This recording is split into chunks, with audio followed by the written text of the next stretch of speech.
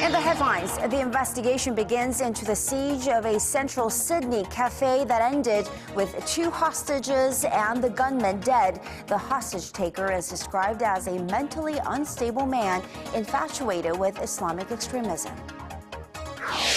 Korea's transportation ministry refers the Korean Air nut rage case to the prosecution as it's coming up with a penalty for the airliner. And China says there was no invite for Wednesday's 3-year anniversary of former North Korean leader Kim Jong-il's death.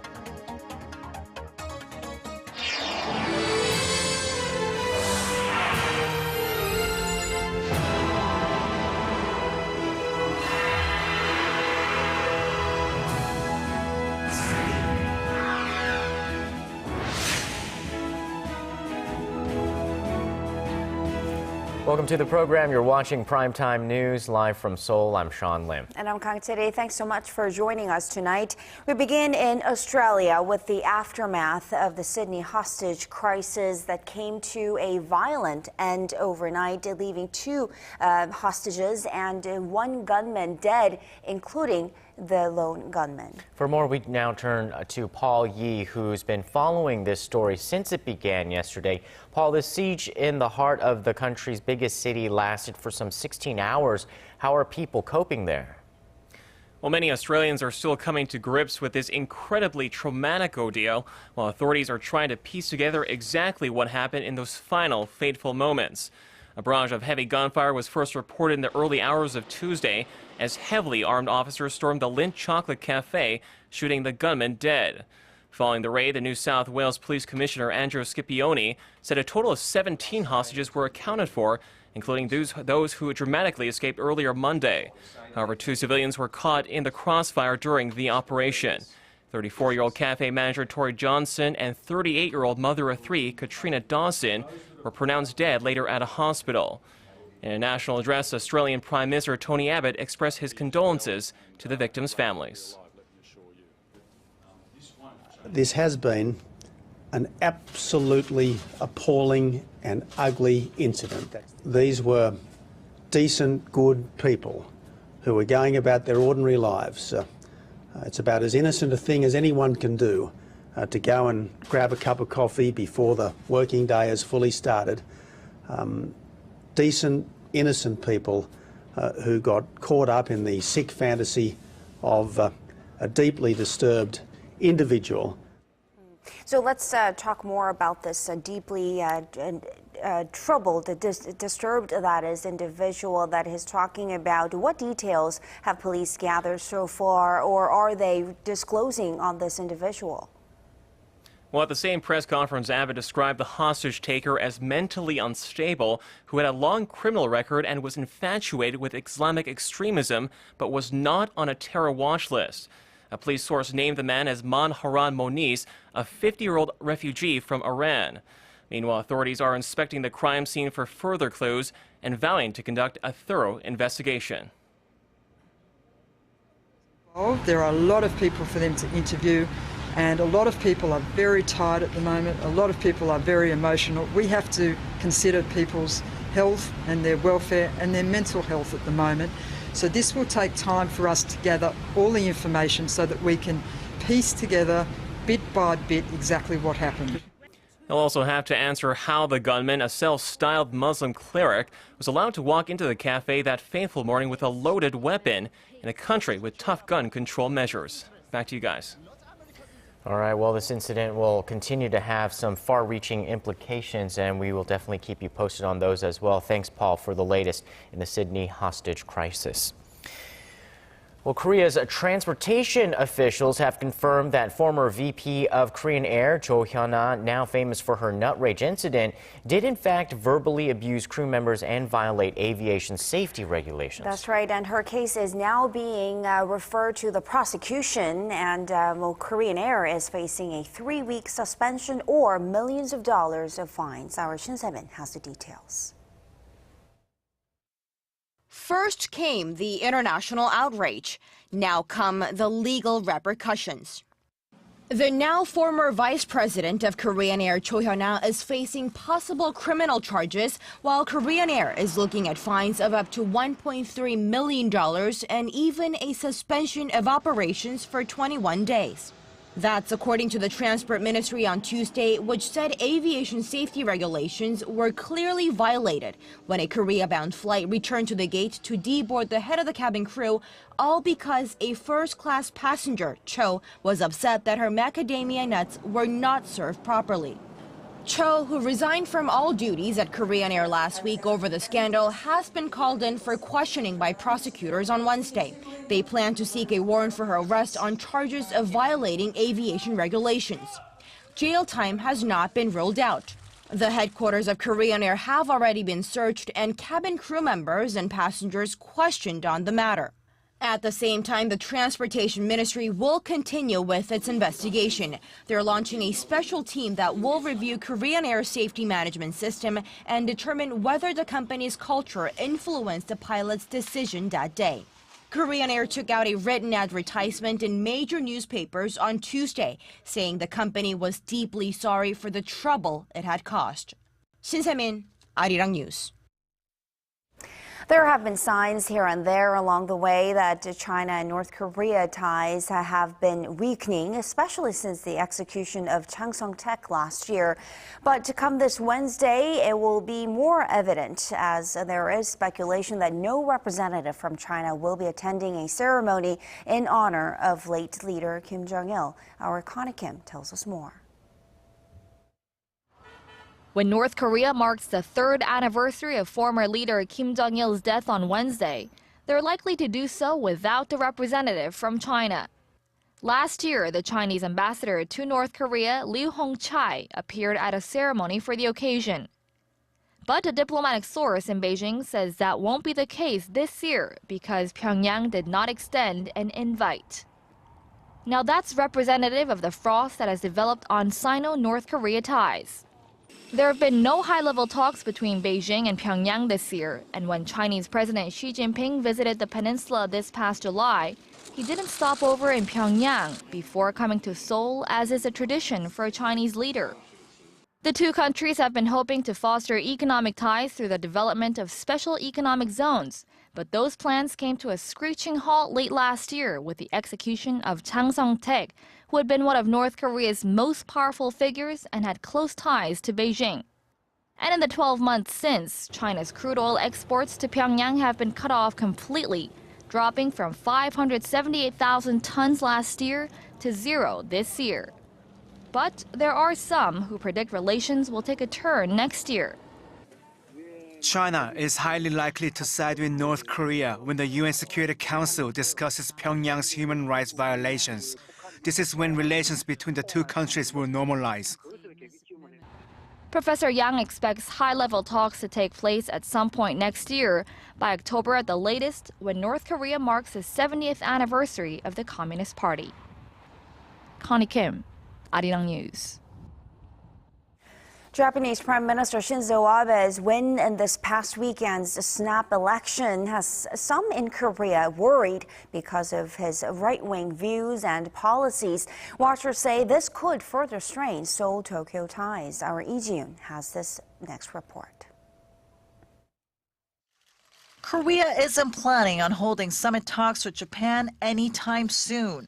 A government source in Seoul says Korea will continue, quote, normalized relations with Japan, but there will be no summit. President Park Geun-hye has made clear that she will not meet with Japanese Prime Minister Shinzo Abe unless Japan sincerely apologizes for its wartime atrocities. And with Abe's election win, many experts believe it's highly unlikely that he'll suddenly change his ultra-rightist political views. This means Abe is likely to keep on claiming the Korea-controlled Dokdo Island as Japan's territory. He's also likely to keep on denying that Japanese soldiers forced Korean women into sexual slavery during the Second World War. In fact, Abe reportedly plans to keep all his current cabinet ministers. One of those ministers is Eriko Yamatani. She wanted to remove a monument in New Jersey dedicated to the Korean women who were abducted by the Imperial Japanese Army. Some experts say, though, that Japan might try to change its diplomatic measures for the better. One reason could be the U.S., Japan's close ally. It's been prodding Tokyo to improve ties with Seoul because the U.S. wants to boost Washington-Seoul-Tokyo ties to counter the rise of China. For now, experts say unless Abe steps away from his nationalistic path, diplomacy will continue to be his Achilles heel. Lee Jun, Arirang News. Korea's first Ebola aid medical staff team started training in England this week, and once they're done there, they will head to Sierra Leone, the most severely Ebola-hit country in West Africa. Kwon So-ah has more on the relief efforts. Korean medical personnel are getting ready to join the fight against the deadly Ebola crisis in Sierra Leone. 4 doctors and 6 nurses arrived in southeast England this week for 5 days of training that will prepare them for what they'll face on the ground in West Africa. The most crucial part of their training is learning how to put on the personal protective equipment correctly. Putting the gear on alone takes around 15 minutes. Britain has been among the countries leading the global response to Ebola, already sending hundreds of medical staff to West Africa. The care facility that the Korean group will be deployed to was set up by Britain. Very much. The purpose of the training has a lot to do with maximizing the effectiveness of the medics who are going out as part of the response and making sure that the quality of care is high, but also safe for those who are providing it. The Korean medical team is scheduled to fly to Sierra Leone this weekend and begin 1 month of caregiving at the end of December. More volunteers will be dispatched next year. While the epidemic has slowed in Guinea and Liberia, the number of patients in Sierra Leone continues to rise at an alarming rate. This is why health agencies say it's not only important to focus on treatment, but on preventing infection. The World Health Organization says new diagnostic tests may be available in the next few months, which could detect the virus in around 15 minutes. Kwon So-ah, Arirang News.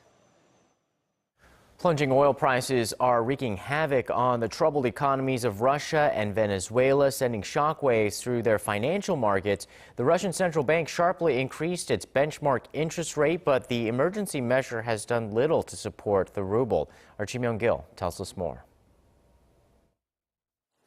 The Russian ruble is hovering at its all-time low despite a radical interest rate hike overnight. Falling oil prices and Western sanctions dragged the ruble to a low of 67 against the dollar on Monday. To arrest the fall, Russia's central bank hiked its key interest rate by whopping 6.5 percentage points to 17%. The Russian currency jumped against the dollar on Tuesday before being pushed back to near the Monday low. Concerns are rising for Russia as the ruble lost nearly half of its value against the US dollar so far this year, although the country has spent more than $70 billion to support its currency. There are no signs things will turn around for Russia, which rely heavily on oil for its revenues. Brent crude prices fell below $60 per barrel on Tuesday for the first time in 5 years. Worsening the prospect is fears that Washington considers new sanctions against Russia for Moscow's support for separatist militants in Ukraine. The central bank is doing everything it can, but I think almost its hands are tied at the moment, and this is down to Putin to try and resolve the matter, something he just doesn't seem very willing to do. Venezuela is seen to be worse off as oil makes up 96% of its export earnings. Many financial watchers warn that the Latin American country is pushed to the brink of default on its debt. Venezuela has the highest inflation rate in the region at more than 60%. Venezuelan benchmark sovereign bonds are now trading at just over a fifth of its face value. Kim Jong-il, Arirang News. Despite the Korean government's rigorous drive to encourage young entrepreneurs to begin startups, the proportion of those in the country has declined, and this is prompting concerns. Hwang Jie has the details. The ratio of new startups run by entrepreneurs in their 20s and 30s is on the decline in Korea, while those started by the older generation is on the steady rise. Data from Statistics Korea shows the proportion of startups run by those under the age of 40 stood at 27% in the first 3 quarters of this year, down from 28.2% in 2013. New startups led by young entrepreneurs made up for more than 30% of the total in 2008 when the agency first started compiling related data. The ratio of new startups established by those in their 50s, on the other hand, has risen 5.2 percentage points over the past 6 years.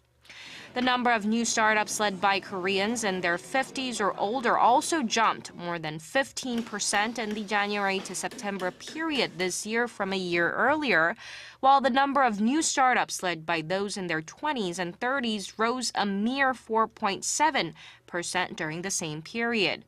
Experts say the trend is bad news for the economy. The rising ratio of new startups by the older generation shows younger entrepreneurs who usually want to take more risks and open more innovative, dynamic businesses are put off by government regulations.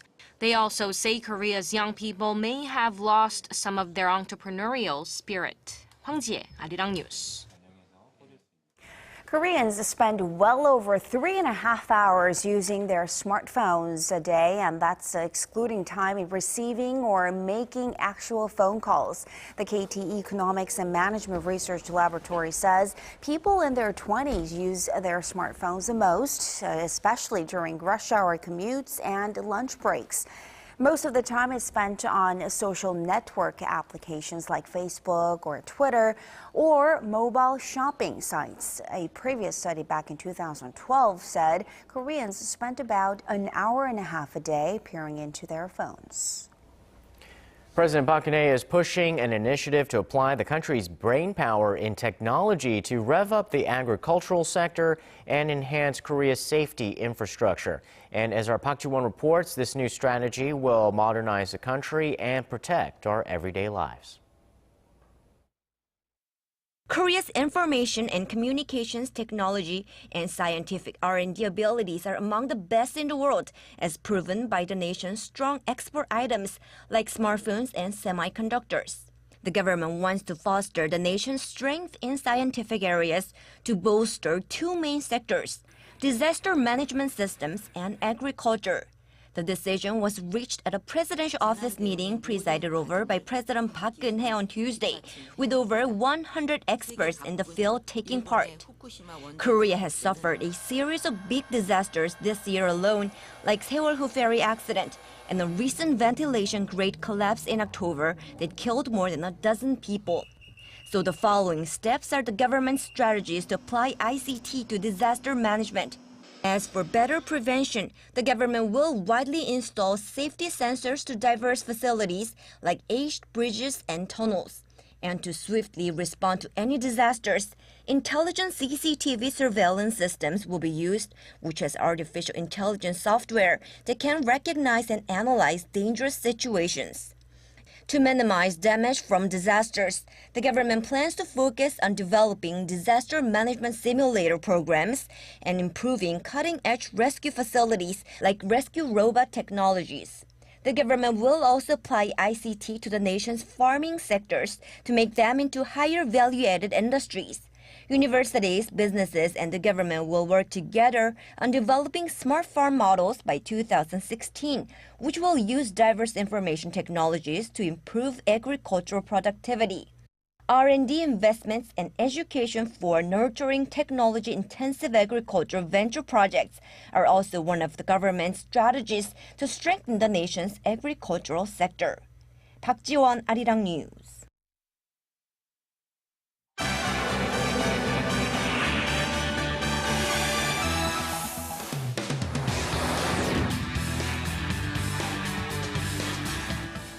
And taking a look at other international stories making headlines today, authorities in Pakistan say over 120 people have been killed by the Taliban in a deadly assault on a school.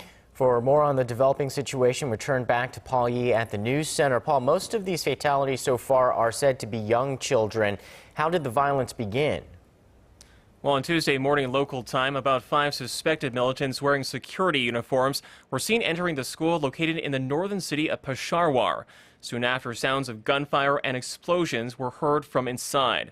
Military troops have surrounded the complex that held as many as 500 students and teachers at the time of the attack. They started firing at us, so we ran into the classrooms and closed the doors. They were entering into every room and beating the children and the staff members. A Taliban spokesman has told media that his group was responsible for the assault. In a separate statement, the Pakistani army said a majority of those inside had been evacuated, but that it was still unclear how many were being held hostage. And moving on to the United States, we bring you another shooting spree that broke out, this time in the American city of Philadelphia. Police have launched a manhunt for Bradley Williamstone, who is suspected of shooting dead 6 family members and wounding 3 others. Authorities believe the 35-year-old Iraq War veteran is armed and dangerous. The deadly shooting began Monday when Stone allegedly gunned down 4 members of his family, including his ex-wife, and then killed 2 of his former in-laws at their respective homes across 3 towns. Police say Stone also kidnapped his 2 young daughters from the scene of the killings. However, they were later found safe with a neighbor. And finally, a new report by the United Nations has shed further light on the ongoing conflict in Ukraine, which has pushed the death toll to over 4,700 as of December 12. UN Assistant Secretary General Ivan Simonovich announced the fresh report on Monday during a news conference in the capital, Kiev. The UN has called on all sides of the conflict to resume negotiations in order to ensure that the fragile ceasefire holds. And that wraps up our look at international stories for now. I'll see you back here tomorrow night.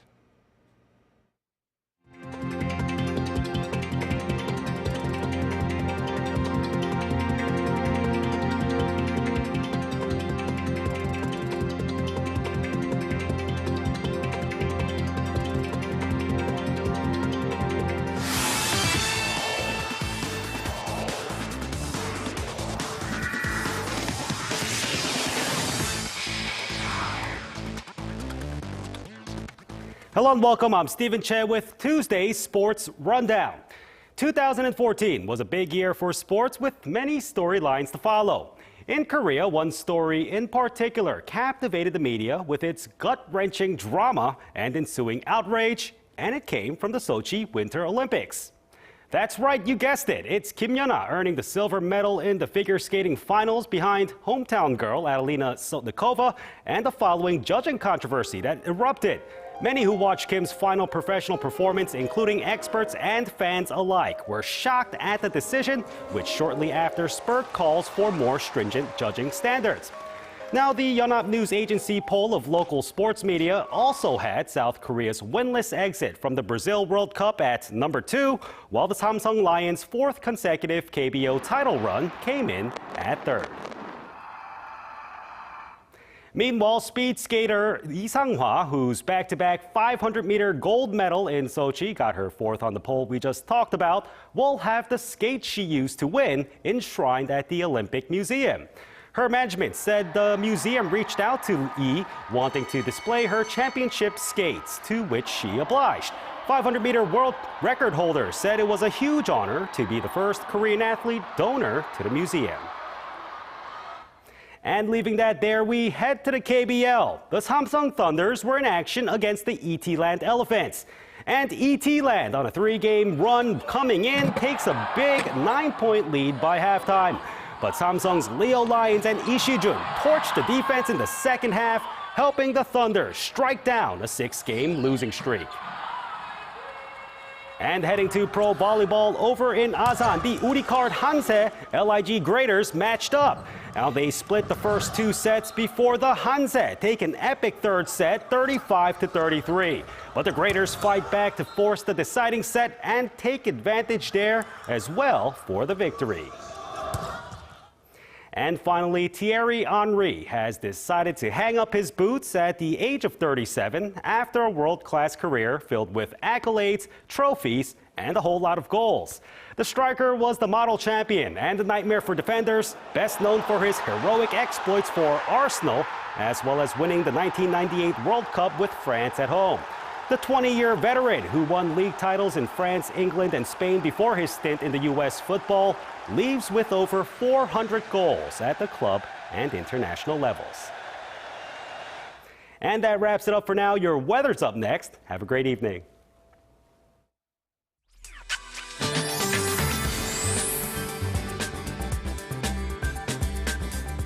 Hello and welcome. I'm Kim Bo-kyung with the weather updates. It was the coldest day of the season so far, with strong frigid winds blowing nationwide, and this is no surprise as cold wave advisories have been issued for most regions, and for some areas down south, a heavy snowfall watch is in effect. So the mountains of Jeju could receive up to 40 centimeters of heavy snowfall, while both Jeollado provinces could get more than 15 centimeters. The flurries will gradually clear up by tomorrow afternoon. However, be careful on the roads and sidewalks as freezing temperatures may lead to icy conditions. On to Wednesday's readings. Seoul starts off the day at minus 12 degrees before reaching minus 6 in the afternoon. Daegu hits minus 3. On to other regions. Jeju makes it to 3 while Dokdo hits minus 2. Those are the updates I have for you now. Stay warm. I'll be back with more after midnight. See you then. Thanks, Po-kyung, and that's primetime news for this Tuesday. I'm Sean Lim. Thanks for watching. And I'm Kang Tae-ri. Have a great evening, everyone. We'll see you again soon.